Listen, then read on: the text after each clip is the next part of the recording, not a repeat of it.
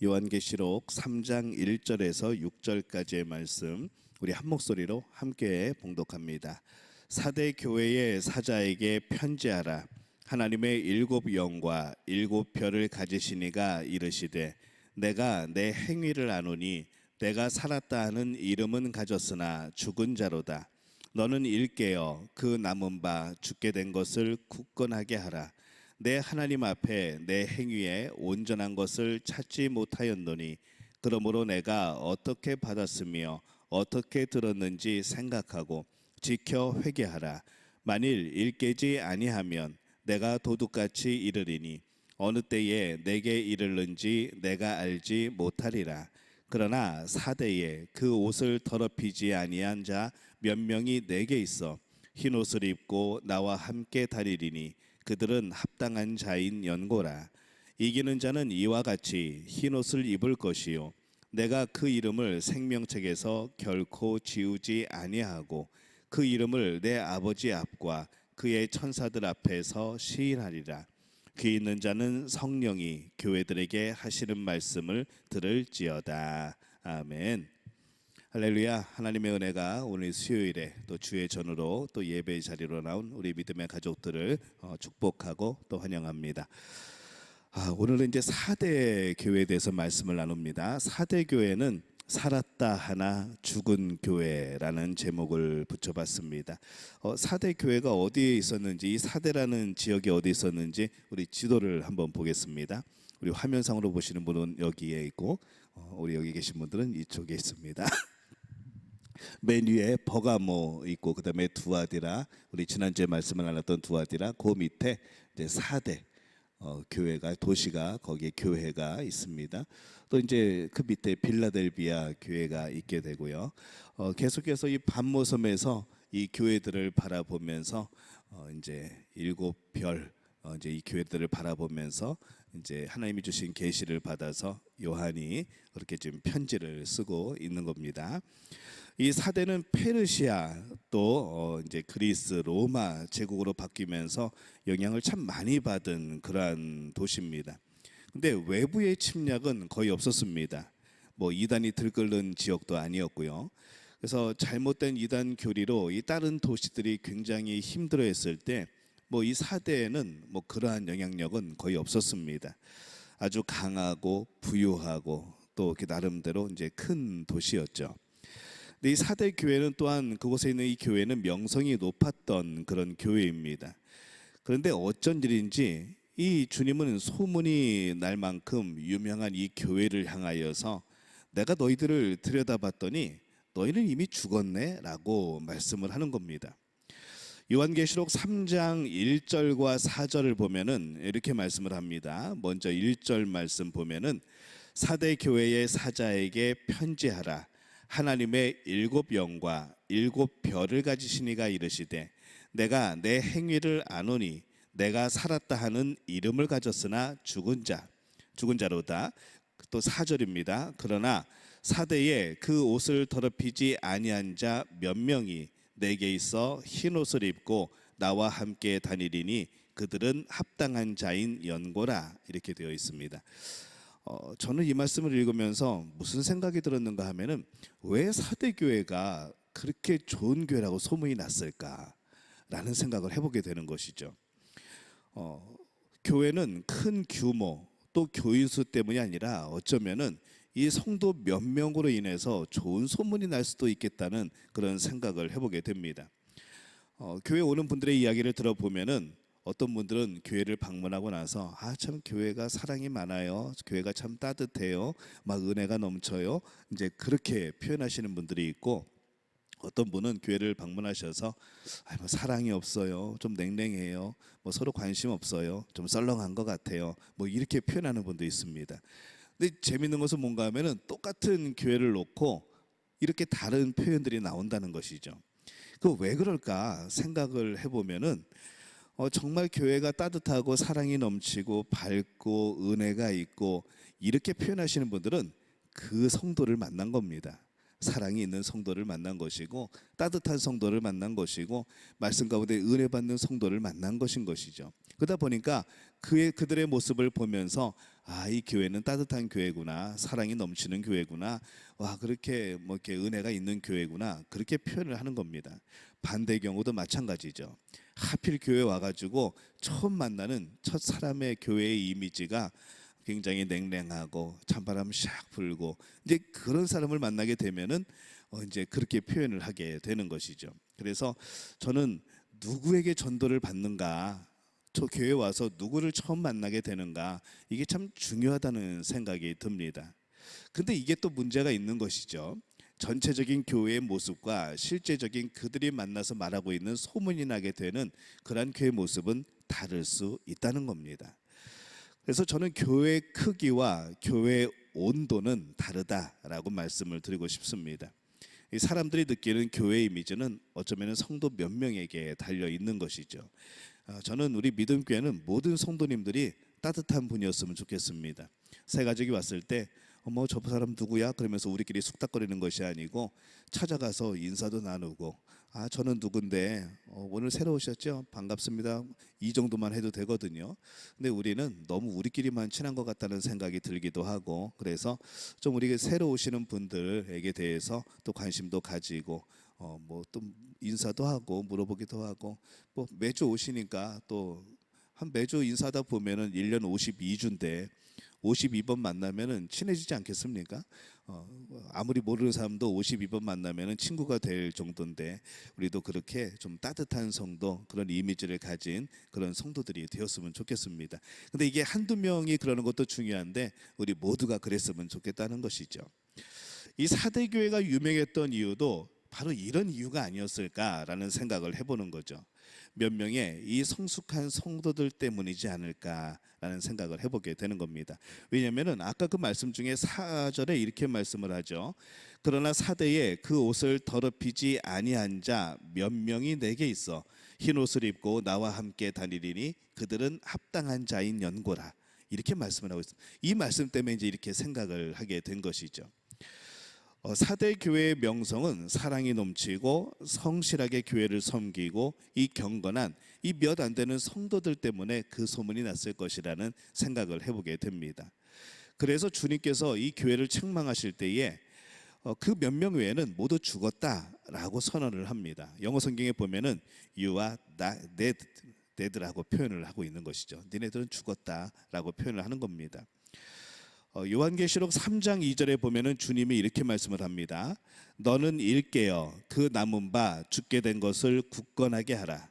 내 하나님 앞에 내 행위에 온전한 것을 찾지 못하였노니 라고 말씀을 합니다. 이게 굉장히 좋은 말씀 같으면서도 실제적으로 이해를 해보면은 이게 경고하시는 말씀이에요. 너는 깨닫지 말라는 거죠. 그냥 그대로 그렇게 그냥 살으라는 겁니다. 굉장히 무서운 말씀입니다. 그래서 이 일깨어라는 것은 wake up, 깨어나라는 것이죠. 지금 너희들이 잠자고 있으니까 깨어나라, 그겁니다. 이 사도교회는 어떤 증상이 있었는가 생각을 해보니까 영적인 그런 매너리즘, 영적인 그런 태만함, 게으름이 있지 않았나라는 생각을 해보는 것이죠.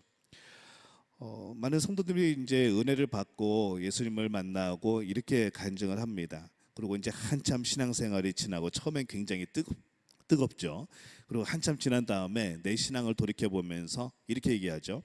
옛날에는 하나님을 찬양하고 기도할 때마다 눈물이 멈추지 않고 마음도 뜨거워지고, 그런데 어느 날부터 그런 것들을 전혀 느끼지 못하겠어요 라고 말하는 분들이 있습니다.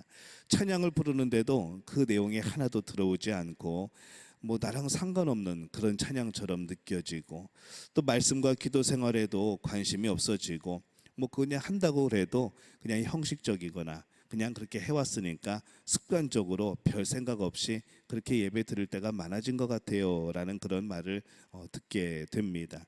이제 오래 믿으시는 분들 중에 이러한 이제 영적인 태만에 걸린 분들이 계시다는 것이죠.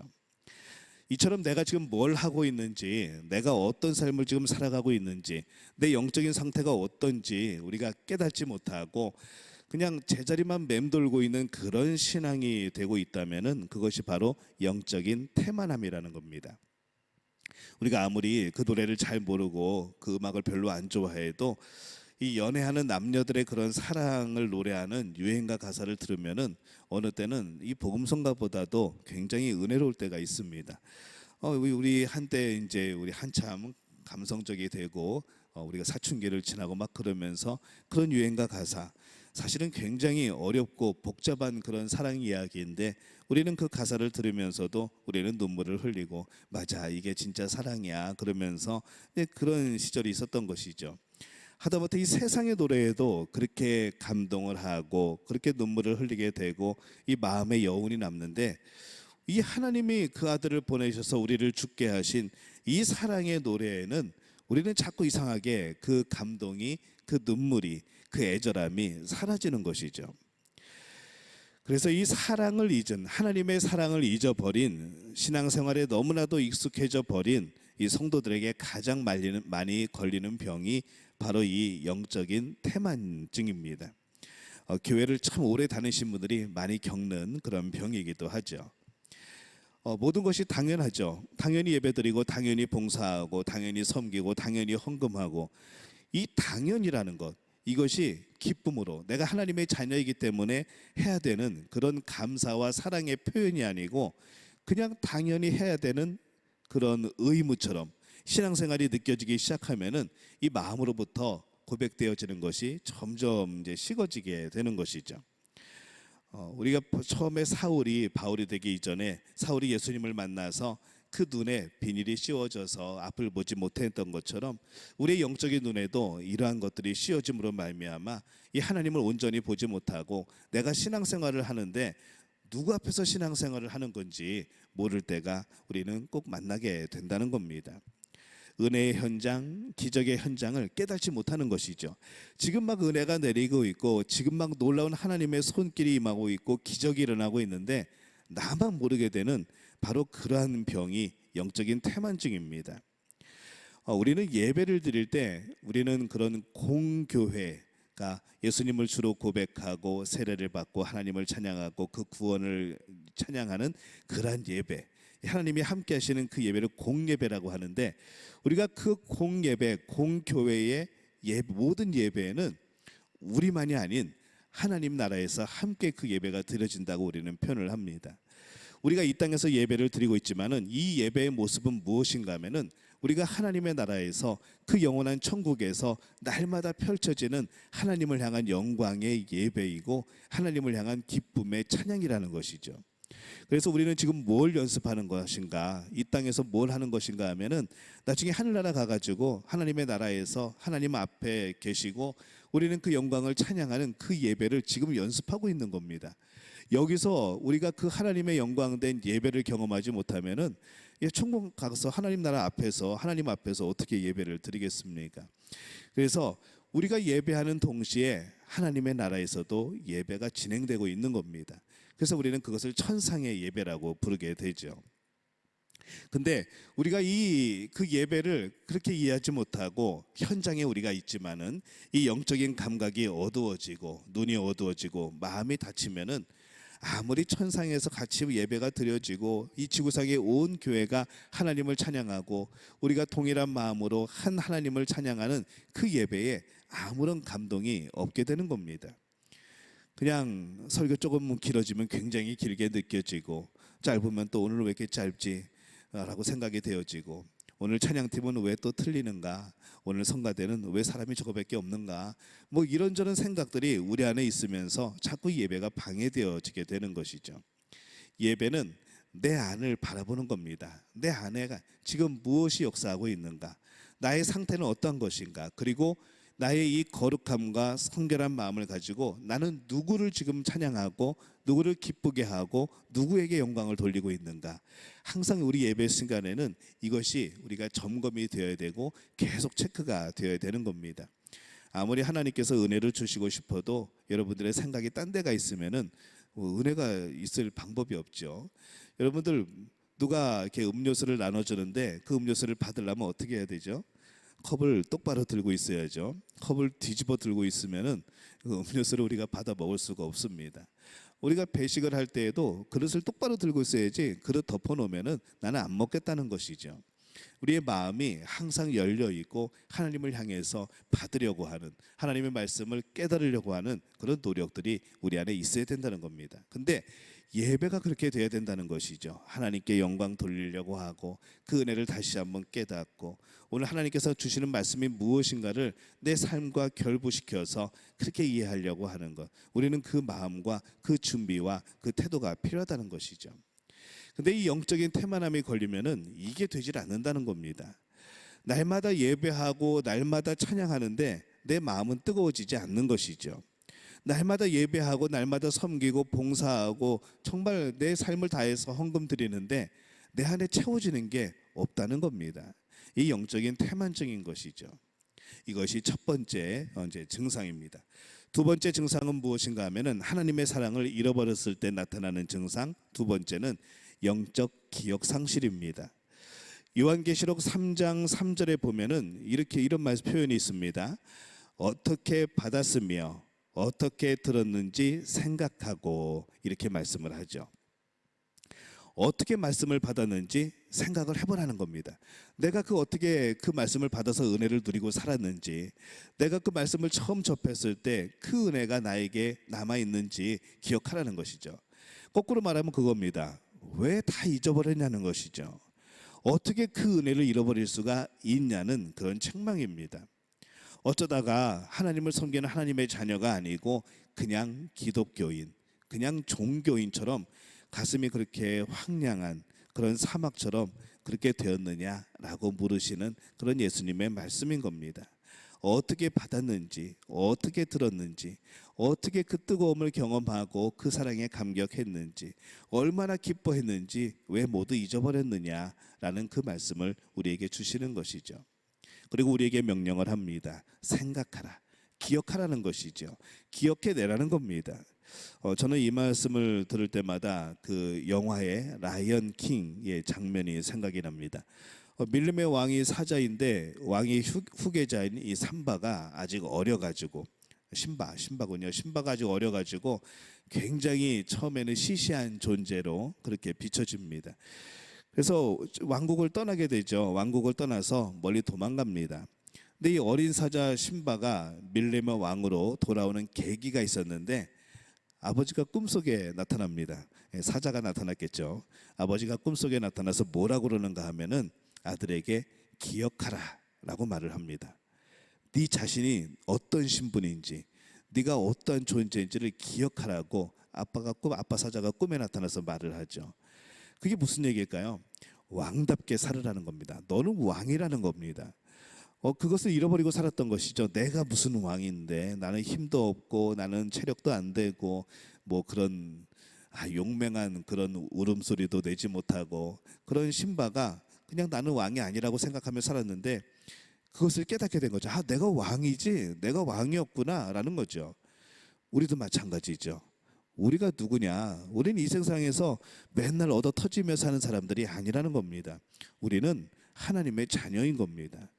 우리가 자꾸 이거를 잊어버리는 거죠. 영적 기억 상실은 뭔가 하면은 내가 하나님의 자녀인 것을 잃어버리는 겁니다. 우리 아버지가 누구인 것을 잃어버리는 것이죠. 우리 아버지를 잃어버리면은 우리는 능력이 없는 존재가 되어버리고 맙니다. 하나님이 우리 아버지인데, 천지를 창조하신 분이 우리 아버지인데 내가 그 하나님의 아들 딸답게 살지 못한다면 그게 어떻게 되겠습니까? 근데 우리는 날마다 이거를 잃어버리며 산다는 것이죠.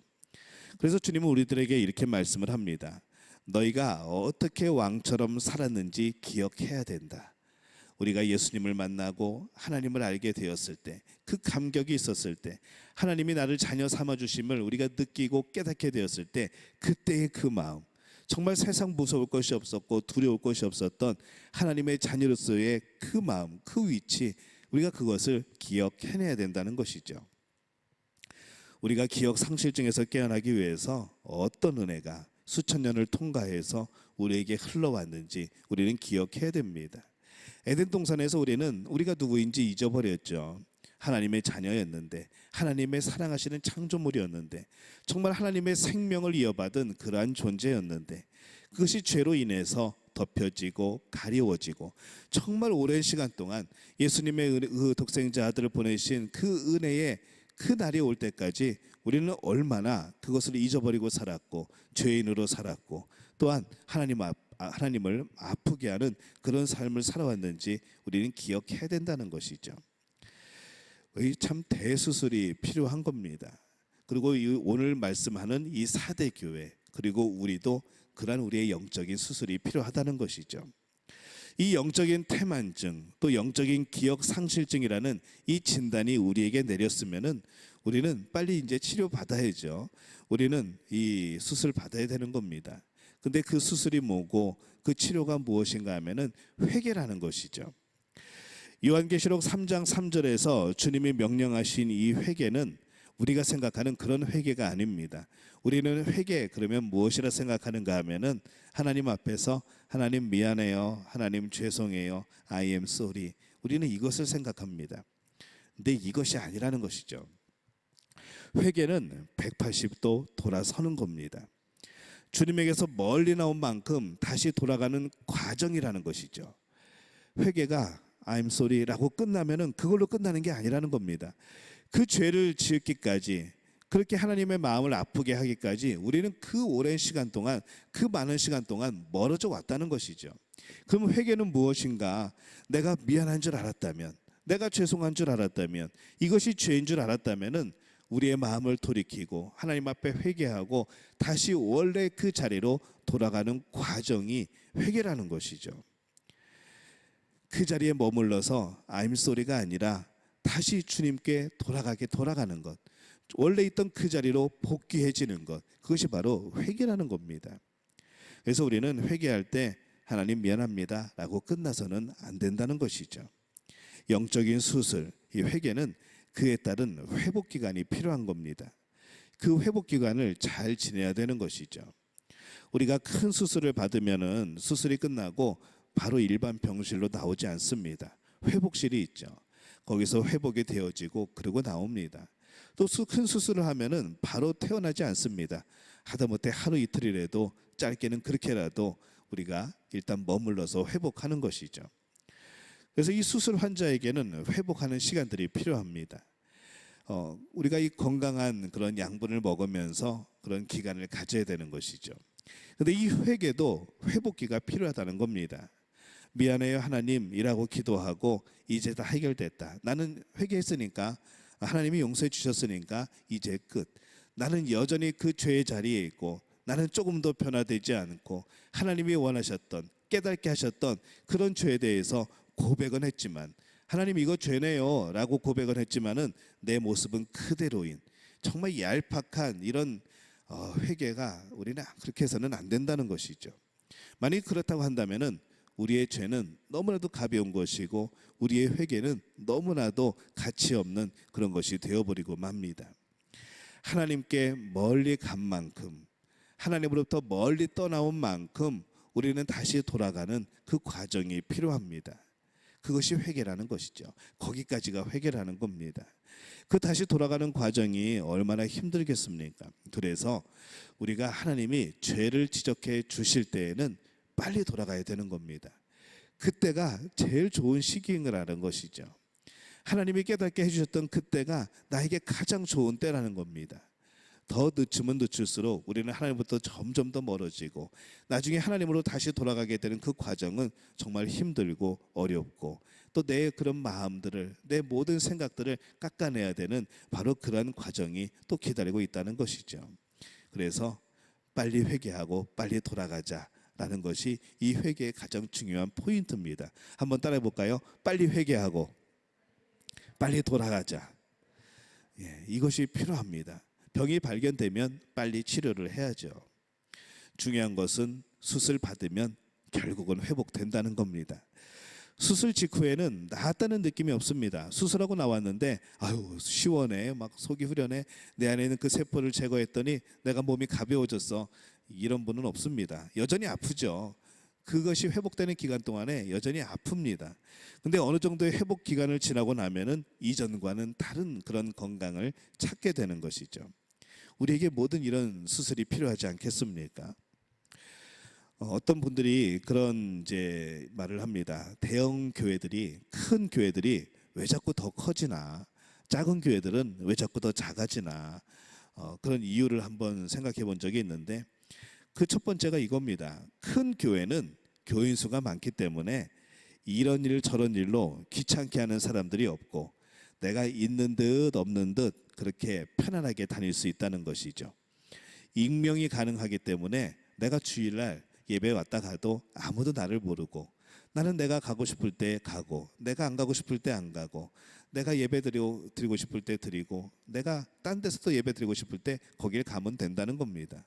나를 모르기 때문에 나에게 봉사라고 하지도 않을 거고 나에게 헌금 내라고 하지도 않을 거고 누군가 나를 발견하고 각 교회마다 이 세 가족을 맞이하는 비밀 요원들이 있기 때문에 또 그분들한테 들키면은 어머 제가 못 보던 분인데요 라는 그런 위기가 오기도 하지만은 그럼에도 불구하고 또 한두 주 지나면은 그냥 원래 교인이겠거니 그러고 넘어가는 그런 교회들이 많다는 것이죠.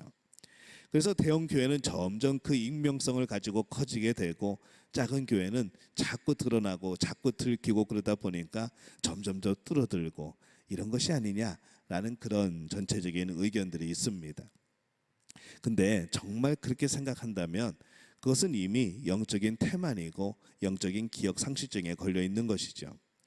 신앙생활은 처음부터 쉬운 것이 아니었습니다. 신앙생활은 처음부터 즐거운 것만은 아닙니다.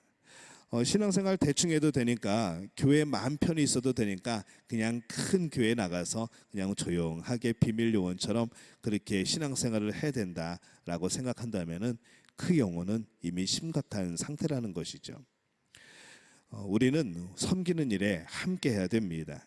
그냥 단순히 교회 일을 시키려고 하는 것이 아니라 성도인 줄 알았는데 하나님이 이 사대교회처럼 우리를 바라보시면서 너는 내 자녀가 아니네 라고 말한다고 한다면 이게 얼마나 우리에게 충격이겠습니까? 우리는 영적으로 건강하다고 생각했는데 그래도 나 정도면은 하나님 앞에 그래도 건강한 신앙생활을 한다고 생각을 했는데 하나님이 그 영적인 눈으로 내 마음을 내 안을 들여다보시면서 너는 이미 죽었네. 너의 신앙은 죽어 있어. 너는 이미 환자야. 너는 이미 기쁨을 잃었어. 너는 이미 감사를 잃었어. 이렇게 진단을 하신다면은 우리는 그것이 얼마나 충격적이고 얼마나 가슴 아프고 놀라는 그런 일이라는 그런 것이죠. 영적으로 죽었다는 진단을 받을까봐 정말 두려워서 열심히 교회를 다녔는데 마지막에 우리가 하나님 앞에 섰을 때에 너는 나를 섬긴 게 아니야. 너는 나를 위해서 예배한 게 아니야. 너는 나를 위해서 살아온 게 아니야.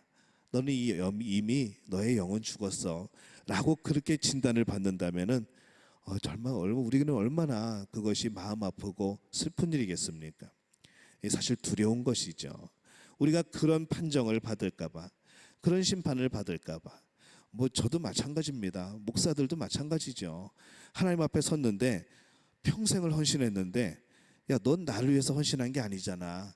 너는 네가 좋아서 한 거잖아. 네 기쁨이었고 네 영광이었고 네 좋아서 한 거잖아. 나는 널 기억 못해 라고 한다 그러면은 얼마나 무서울까라는 생각을 해보는 것이죠. 그래서 가끔 제가 말씀드리지만은 성도나 일반 성도나 집사나 권사나 장로나 한수집사나 목사나 전도사나 마찬가지입니다.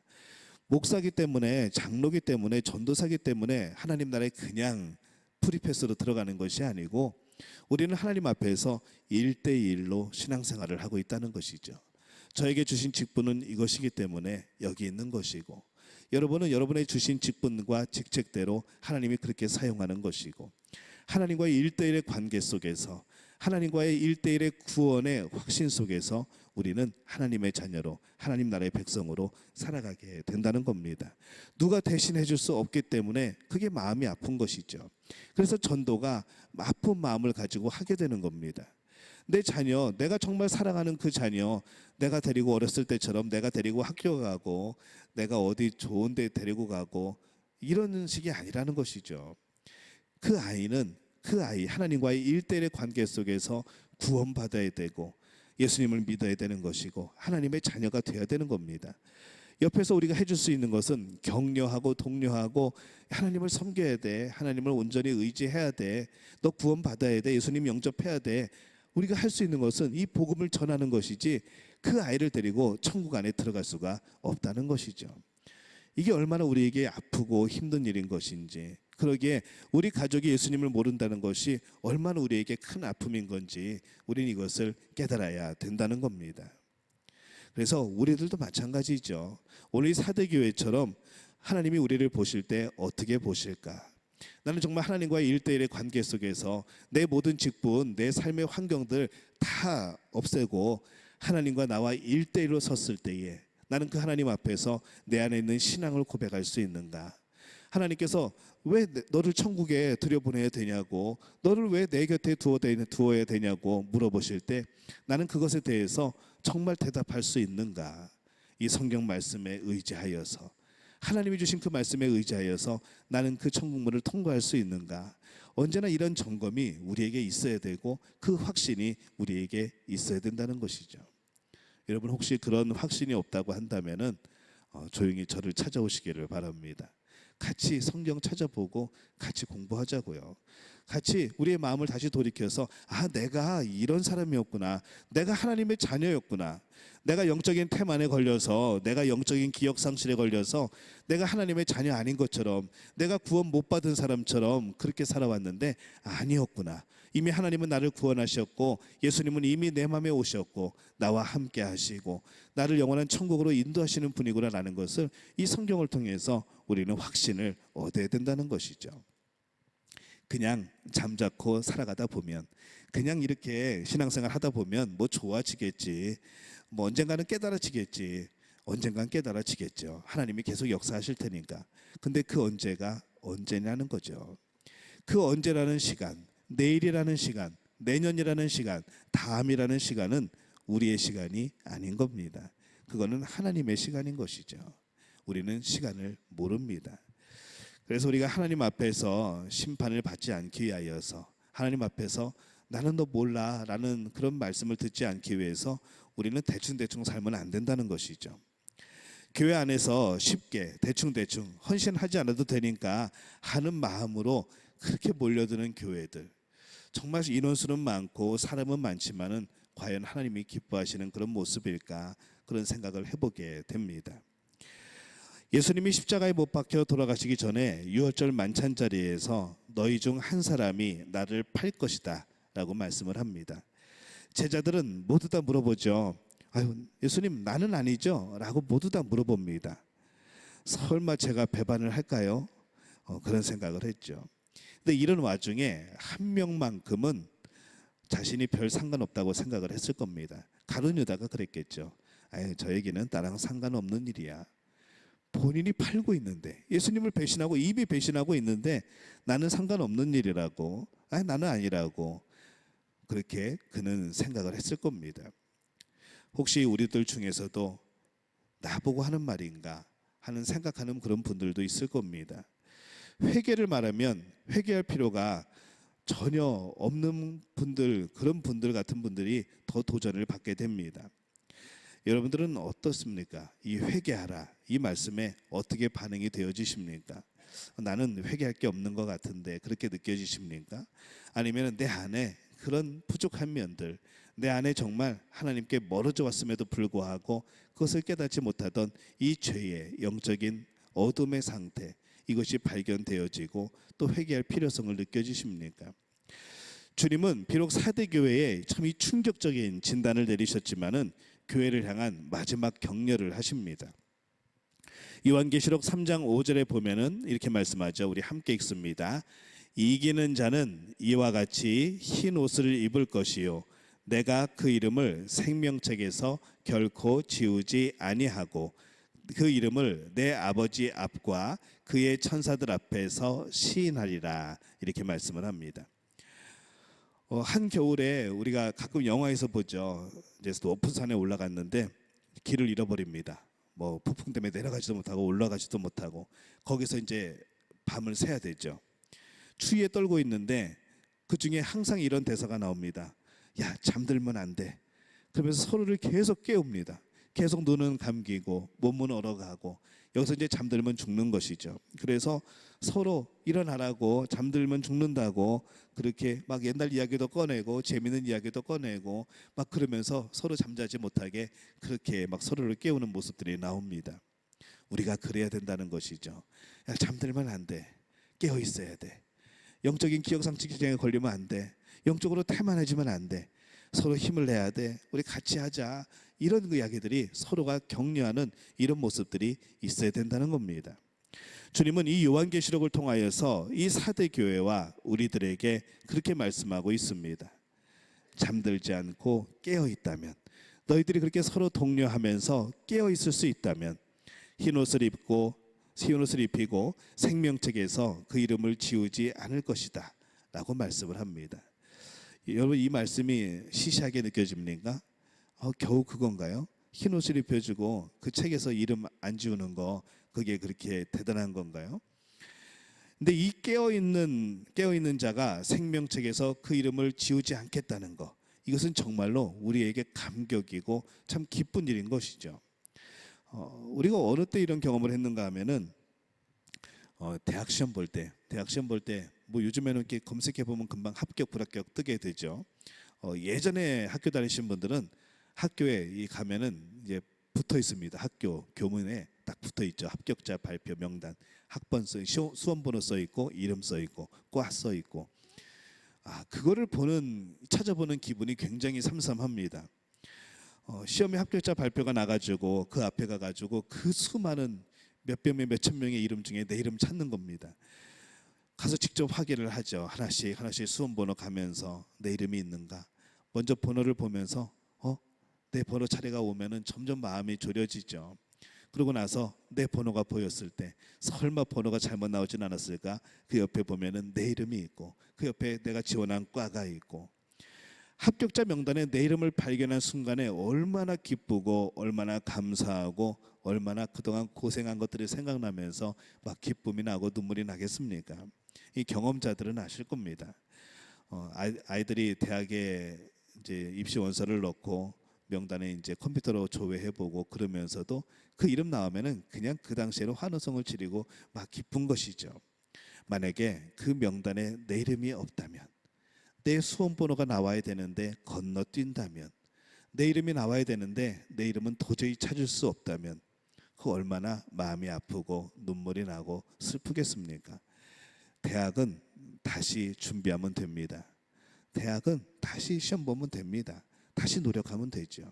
그것이 아니래도 또 다른 길들도 있습니다. 그런데 이 하나님의 나라, 이 생명책은 아니라는 것이죠. 다시 뭔가를 할 수 있는 그런 기회가 없는 겁니다. 그날 가서 내 이름 없으면 끝나는 겁니다. 여러분, 그렇기 때문에 우리의 신앙생활은 대충 할 수 있는 것이 아니라는 것이죠.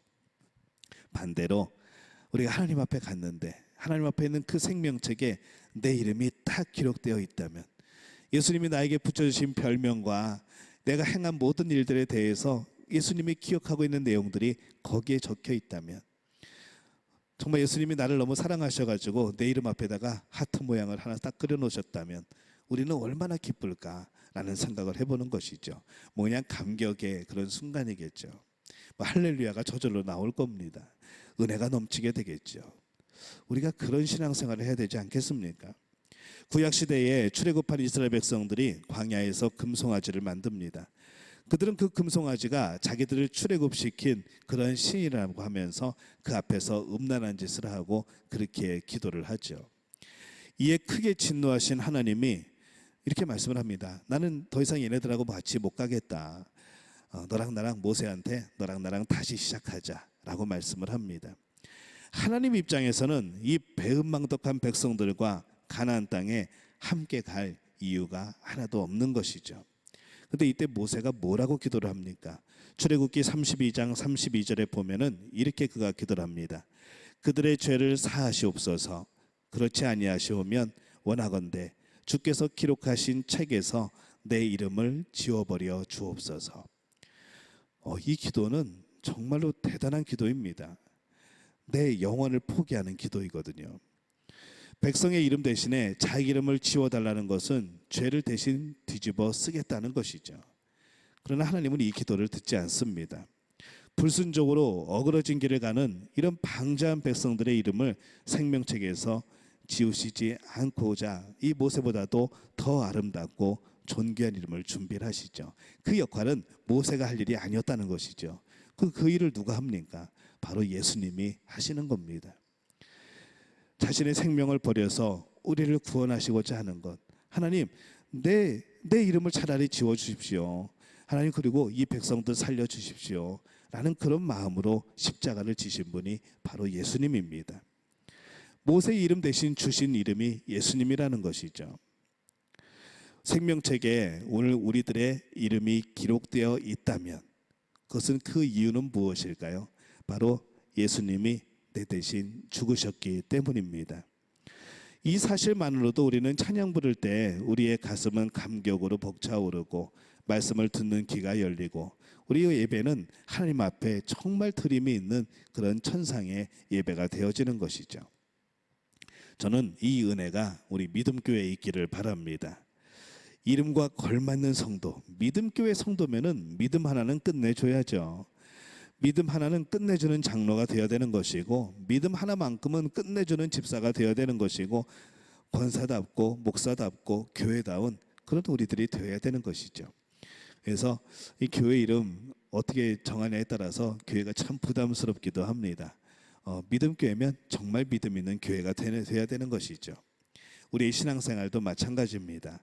겉과 속이 같은 믿음, 겉과 속이 같은 하나님을 섬기는 마음, 우리가 그런 모습으로 하나님 앞에 서게 되기를 바랍니다. 우리 믿음교회가 이 자리에 계신 우리 성도 모두가 하나님 앞에 정말 그 생명책의 이름이 기록되고 하나님 보시기에 정말 기뻐할 수 있는 그런 성도들이 되어지시기를 예수님의 이름으로 축원합니다.